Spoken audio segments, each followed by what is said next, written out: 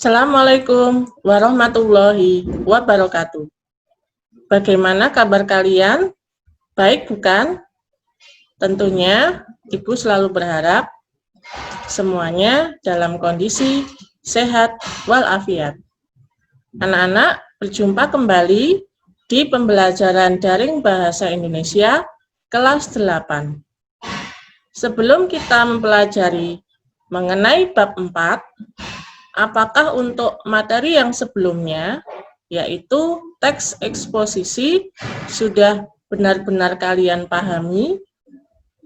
Tentunya, selain kalian memahami apakah teks eksposisi dan bagaimana cara menulisnya, tentunya tagihan-tagihan tugas yang sudah Ibu sampaikan mohon dikerjakan dengan baik dan penuh tanggung jawab.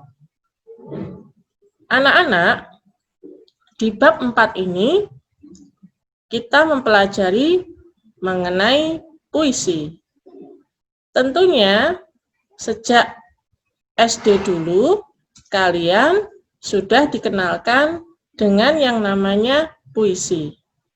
Di kelas 8 ini kalian juga akan mempelajari lebih lanjut apakah tentang puisi itu, bagaimana unsur-unsurnya, dan bagaimana cara menyampaikan dengan baik dan tentunya menarik untuk disimak. Nah, untuk lebih jelasnya tentang puisi yang akan kita pelajari, mari simak slide berikut ini. Bab 4. Indahnya puisi. Tentunya setiap kita mempelajari tentang suatu materi, ada kalanya kita harus mengetahui tujuan pembelajaran apa saja yang harus kalian kuasai selama belajar materi tersebut. Nah, tujuan untuk pembelajaran bab 4 ini, Ibu harapkan yang pertama, kalian dapat mengartikan puisi dan merinci unsur-unsurnya. Yang kedua, menyimpulkan isi puisi dan mengenali jenis-jenisnya. Poin ketiga adalah menelaah unsur-unsur pembangunan dari puisi yang sudah dibaca atau diperdengarkan. Berikutnya, tujuan pembelajaran yang keempat adalah menyajikan gagasan, perasaan, pendapat dalam bentuk puisi dengan memperhatikan unsur-unsur pembangun puisi dengan tepat. Nah, anak-anak, untuk lebih memotivasi kalian dan untuk mengajak kalian supaya bisa berimajinasi bagaimana cara membuat puisi, mari simak tayangan puisi berikut ini.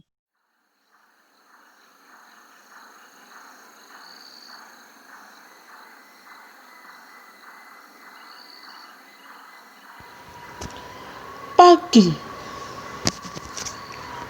oleh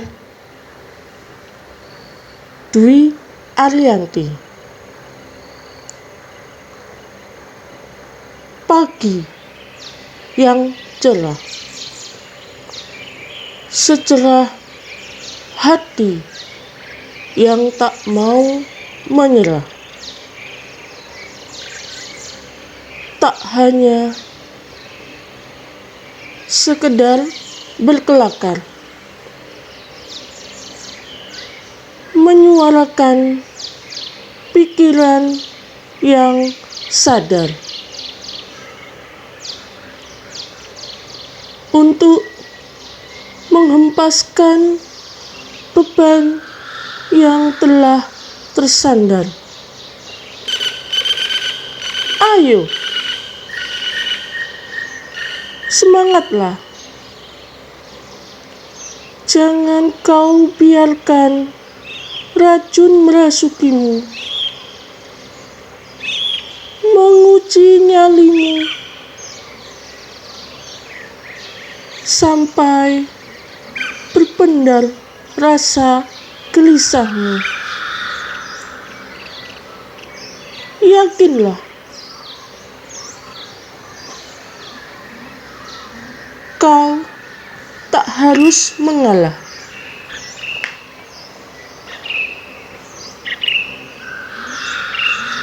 Tuhan Maha Pemurah melapangkan segala rezeki yang melimpah. Ayo, bangunlah. Pagimu datang.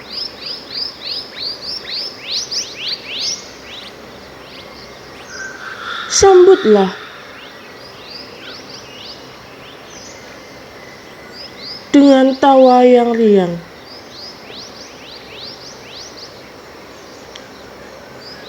Teriaklah dengan lantang, kau adalah pemenang.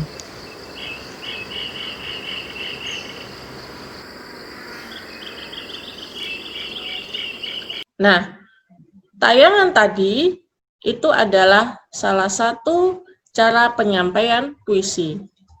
Sebelum kita mempelajari bagaimana cara menyampaikan puisi, adakah yang sudah tahu puisi itu apa? Puisi bisa kita artikan sebagai teks atau karangan yang mengungkapkan pikiran dan perasaan dengan mengutamakan keindahan kata-kata. Biasanya, puisi yang dibuat itu mengungkapkan banyak hal, bisa berupa kerinduan, kegelisahan, atau pengagungan kepada Tuhan Yang Maha Esa. Semisal, mengagungkan kekuasaan Tuhan, tentang keindahan alam, dan masih banyak contoh-contoh yang lain. Sudah paham ya, apakah itu puisi? Nah, puisi yang sudah Ibu sampaikan di depan tadi, adakah yang tahu maknanya apa?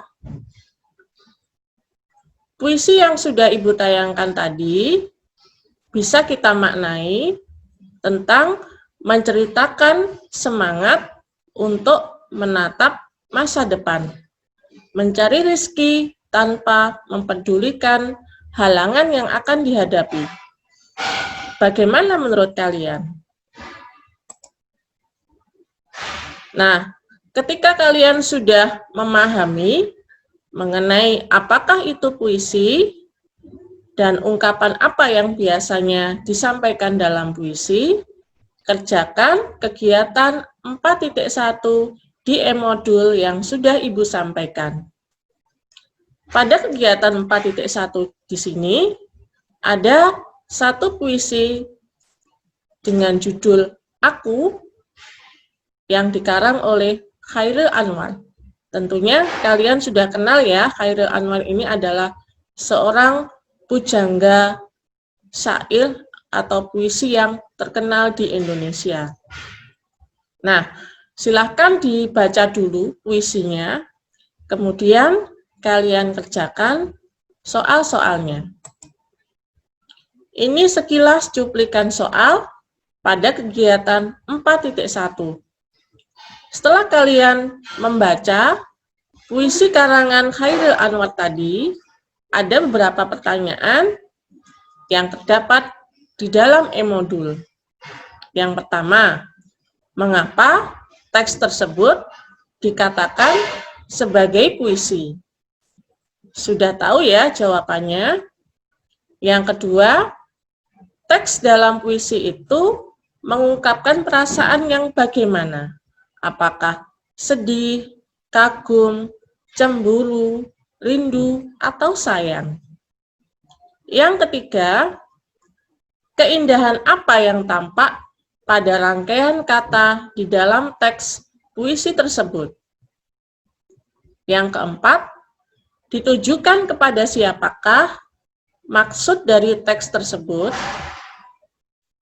Pertanyaan yang kelima, bagaimana sikapmu berkaitan dengan masalah yang diangkat di dalam puisi tersebut?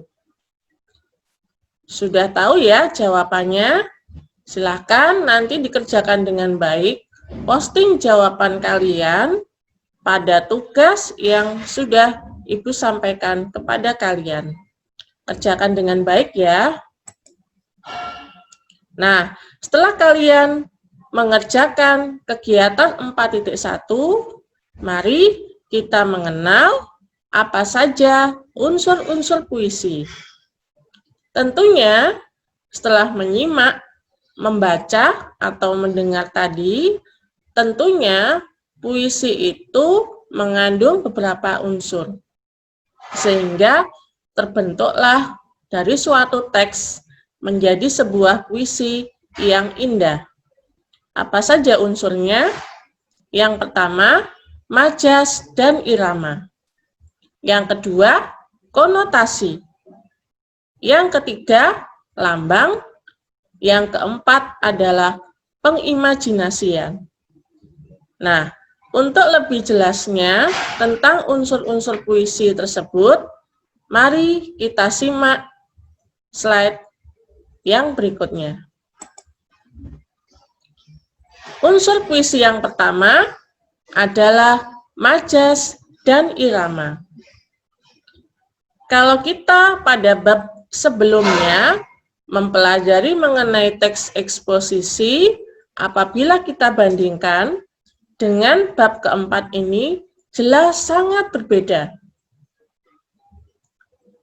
Biasanya kalau kita mempelajari puisi, itu lebih mengutamakan majas dan iramanya.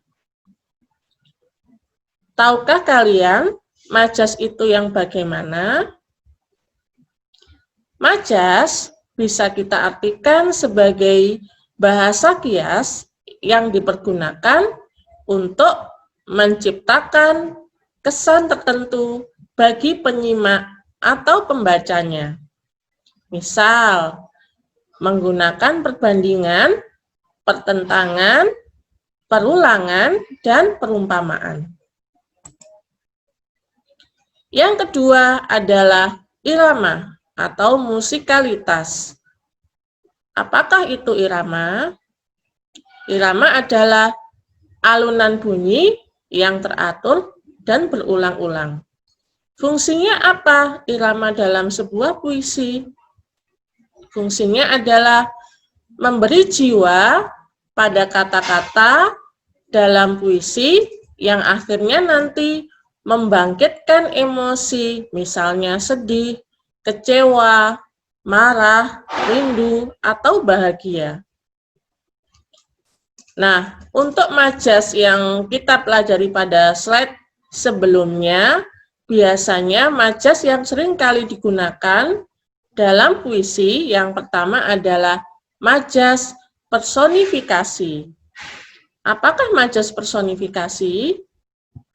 Majas ini biasanya membandingkan benda-benda yang tidak bernyawa seolah-olah memiliki sifat seperti manusia. Majas yang kedua yang biasanya digunakan adalah majas paralelisme. Apakah itu majas paralelisme? Adalah majas perulangan yang tersusun dalam baris yang berbeda. Kata-kata yang mengalami perulangan dalam puisi adalah tak ada yang lebih. Biasanya kata-kata yang berulang ini ada pada setiap baitnya. Nah, coba kalian sebutkan contoh-contoh majas personifikasi itu yang bagaimana. Dan contoh majas paralelisme itu yang seperti apa. Berikutnya adalah irama puisi.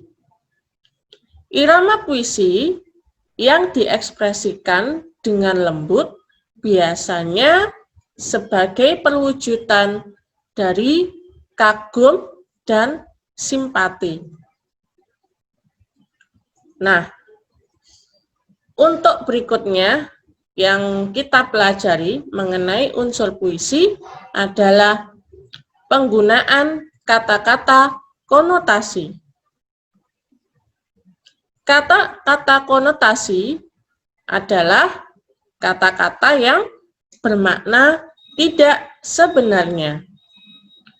Kata ini biasanya sudah mengalami penambahan-penambahan, misal berdasarkan pengalaman, kesan, ataupun imajinasi dan perasaan penyair. Nah, dari kata-kata konotasi tadi, pastinya beberapa pembaca biasanya akan memaknai suatu puisi dengan makna yang berbeda satu sama lain. Kira-kira faktornya apa saja ya yang membuat masing-masing pembaca atau penyimak puisi itu memiliki pemahaman yang berbeda mengenai puisi yang sudah dibaca atau disimak. Faktor yang pertama adalah tingkat pemahaman pada setiap kata yang ada dalam puisi. Semakin banyak kata yang mudah dipahami, tentunya dalam pemaknaannya juga mudah. Faktor yang kedua adalah tingkat pengenalan atau pergaulan seseorang dengan puisi. Seseorang yang sering membaca atau bahkan seorang penulis puisi mudah dengan mengenali watak dari puisi termasuk isi yang dikandungnya. Faktor yang ketiga adalah pengalaman pribadi. Seseorang yang pernah mengalami ganasnya kehidupan, misal mengalami hiruk pikuknya kota, itu akan lebih memudahkan dalam memaknai puisi tersebut. Sudah paham ya, mengapa masing-masing personal atau kita kadangkala sering menjumpai makna puisi itu beda-beda. Unsur yang ketiga dalam puisi adalah kata-kata yang berlambang-lambang atau simbol. Maksudnya bagaimana? Sesuatu seperti gambar, tanda, ataupun kata yang menyatakan maksud tertentu.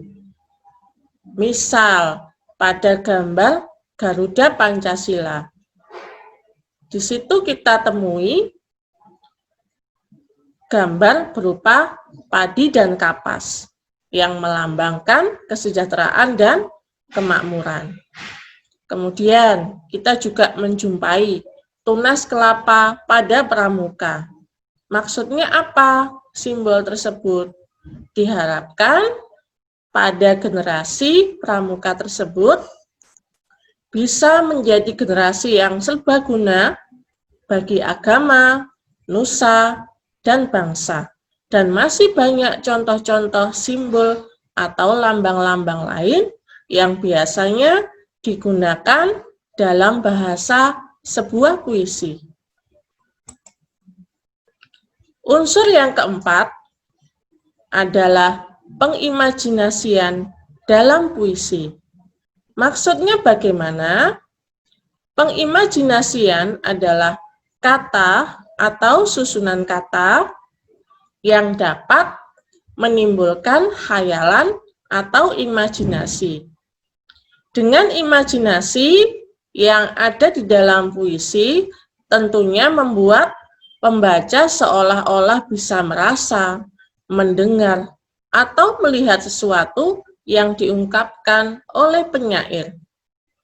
Dengan kata-kata yang ada dalam puisi tersebut, biasanya pembaca seolah-olah mendengar suara atau yang biasanya kita katakan sebagai imajinasi auditif. Kalau bisa melihat benda-benda Padahal itu imajinasi, bisa kita katakan sebagai imajinasi visual. Apabila pembaca dapat menyentuh benda-benda, walaupun itu berupa imajinasi, itu bisa kita katakan sebagai jenis imajinasi taktil. Seru ya, bagaimana cara memahami atau memaknai sebuah puisi. Nah, setelah kita mengetahui unsur-unsur pembangun puisi, mari kita kerjakan kegiatan 4.2. Nah, silakan dibaca salah satu puisi dari pujangga yang terkenal, yaitu W.S. Rendra. Silakan kalian baca, dalami maknanya dengan baik, kemudian jawab pertanyaan yang ada di e-modul. Posting jawaban kalian pada channel yang sudah Ibu siapkan. Nah, setelah kita mempelajari mengenai definisi puisi, unsur-unsur pembangun puisi, untuk poin B ini, Ibu harapkan kalian dapat menyimpulkan isi puisi. Setelah kita mengenali unsur-unsurnya tadi, puisi yang biasanya dipahami secara mendalam, yang tadi ada unsur berupa unsur fisik, ya, seperti majas, kata-kata konotatif, perlambangan, atau pengimajinasiannya, sehingga lebih mudah dalam mengetahui tema dan amanatnya. Nah, setelah kalian mengetahui dan memahami bagaimana kalian menyimpulkan sebuah puisi, silakan kalian kerjakan kegiatan 4.3. Berikutnya, materi mengenai jenis-jenis puisi. Tentunya, puisi yang sudah kita buat atau mungkin yang sudah banyak kita baca di berbagai sumber, itu berdasarkan jenis-jenis yang berbeda. Yang pertama, ada yang namanya puisi naratif. Puisi ini biasanya mengungkapkan cerita atau penjelasan penyair. Jenis puisi naratif di sini ada dua komponen. Yang pertama adalah balada, yang kedua adalah romansa. Apakah balada itu? Balada adalah puisi yang berisi tentang orang-orang perkasa ataupun tokoh pujaan. Misal, balada orang-orang tercinta. Dan blues untuk Boni, karya W.S. Rendra. Bagaimana dengan romansa? Romansa adalah jenis puisi cerita yang menggunakan bahasa yang romantik, yang berisi kisah percintaan. Misal, biasanya dijumpai perkelahian, bahkan petualangan. Rendra ini banyak membuat karya-karya yang tergolong romansa.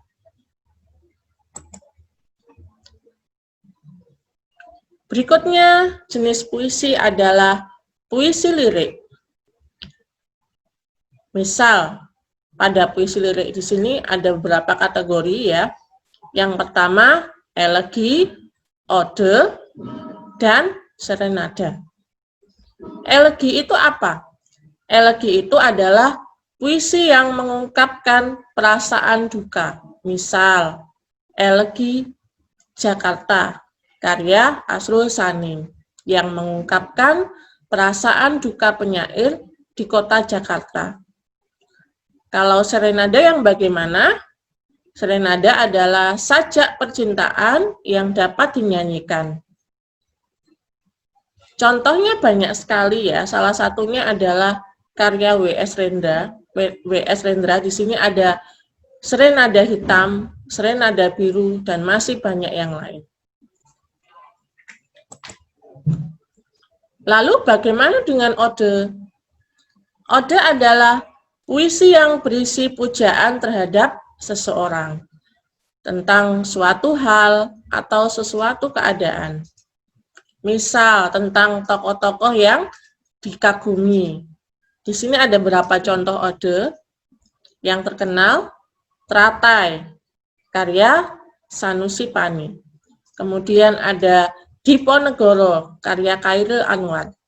Kemudian juga ada Ode buat Proklamator, karya Leon Agusta, dan masih banyak yang lain. Berikutnya, macam puisi adalah puisi deskriptif. Maksudnya apa? Di dalam puisi ini, penyair bertindak sebagai pemberi kesan terhadap keadaan atau peristiwa, benda, suasana yang dipandang menarik perhatiannya. Contoh yang biasanya dikategorikan sebagai puisi deskriptif itu misal ada satire dan puisi kritik sosial.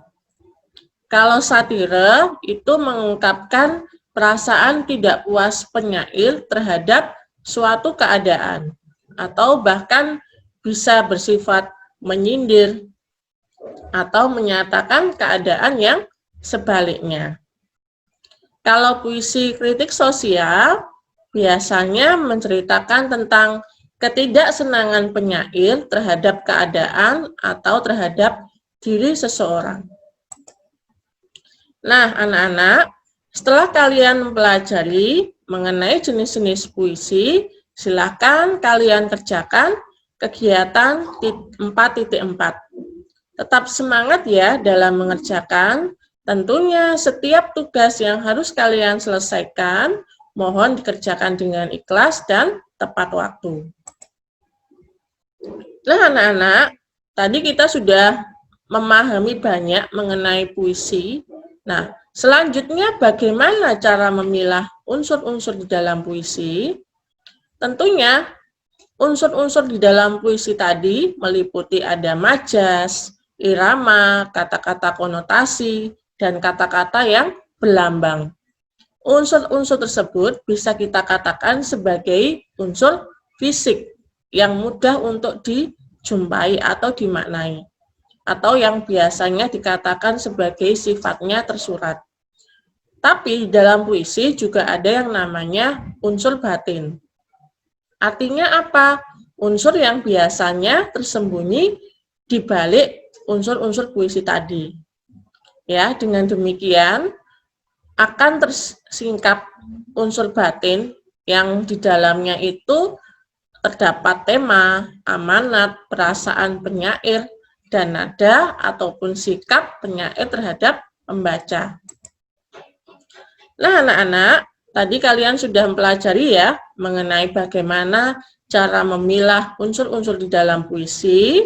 Nah, selanjutnya kegiatan 4.5 dan 4.6 silakan dikerjakan dengan baik. Jangan lupa posting tugas-tugas kalian dengan benar supaya Ibu lebih mudah untuk menilainya.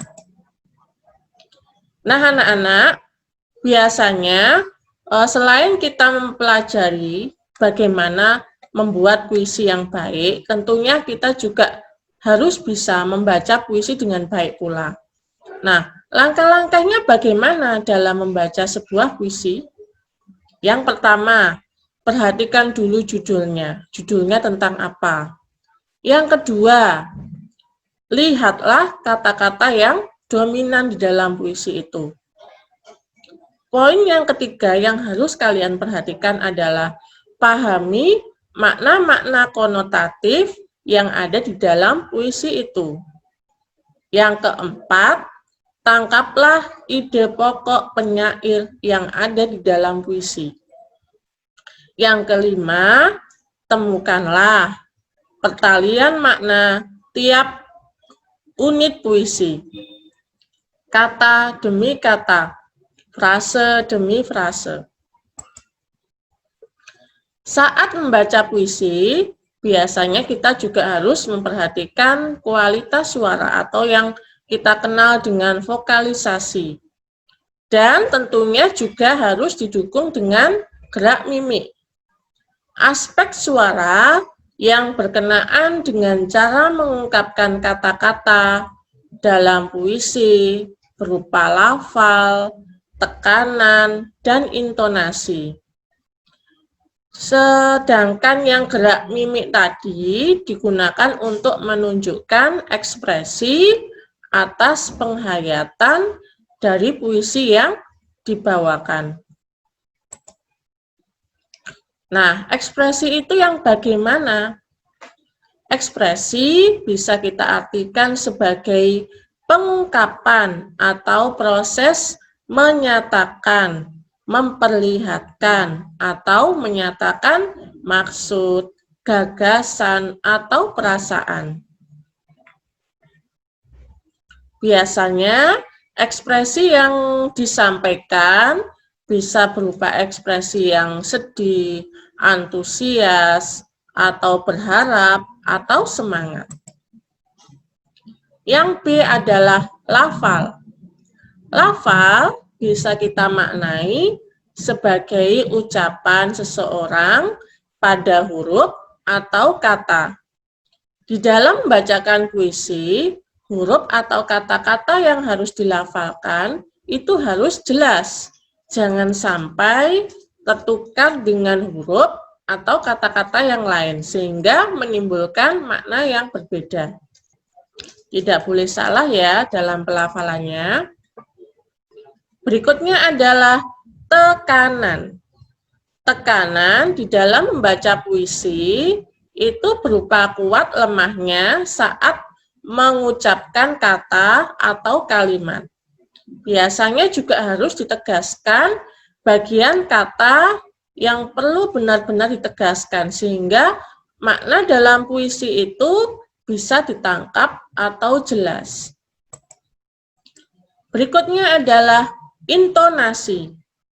Intonasi bisa kita maknai sebagai naik turunnya lagu kalimat.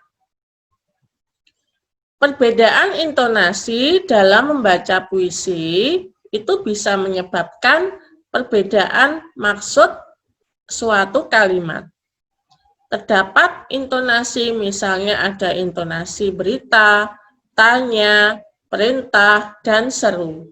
Jadi ketika kita membaca puisi, intonasinya juga harus jelas. Dapat dimaknai sebagai apa? Apakah bertanya, atau menunjukkan, atau memerintah. Itu harus jelas.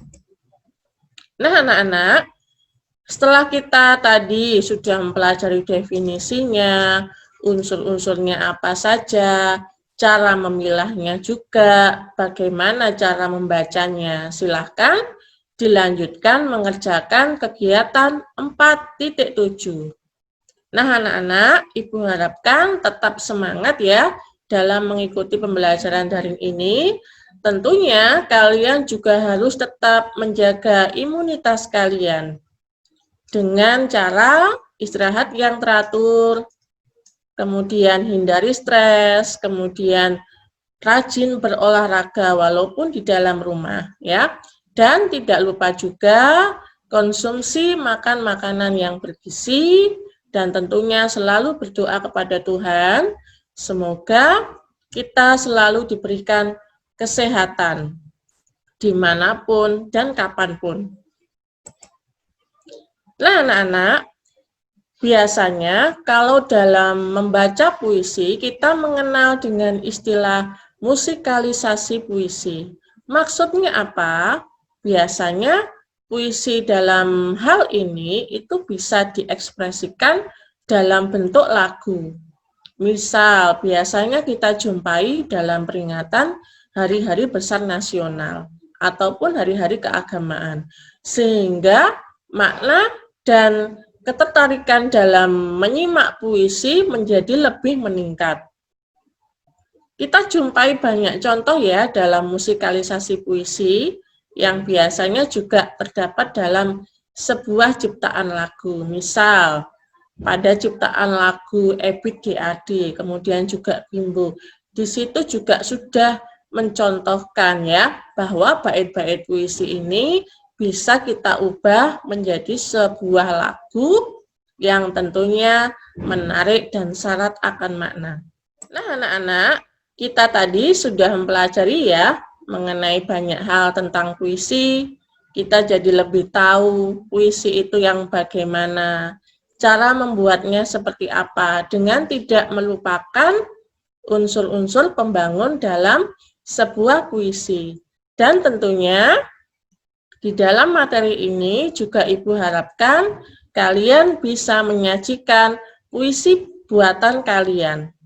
Tetap semangat ya. Nanti juga Ibu minta kalian buat puisi karanganmu sendiri dengan tema yang akan Ibu tentukan ya. Dan juga silahkan kalian bawakan puisi itu sesuai dengan makna yang terkandung di dalam puisi yang sudah kalian buat. Sudah paham ya anak-anak? Terima kasih kalian sudah mengikuti sampai detik ini pembelajaran daring dengan baik. Dan tentunya Ibu harapkan untuk pertemuan-pertemuan berikutnya, kalian lebih semangat dan lebih antusias mengikuti kegiatan pada setiap pertemuannya. Tetap jaga kesehatan, tetap patuhi protokol kesehatan. Untuk itu, anak-anak harus melakukannya dengan baik. Terima kasih sudah menyimak video kali ini. Mohon maaf apabila dalam pembuatan video ini masih banyak hal yang kurang berkenan. Semoga untuk berikutnya lebih baik lagi. Terima kasih anak-anak. Selamat melanjutkan aktivitasnya. Wassalamualaikum warahmatullahi wabarakatuh.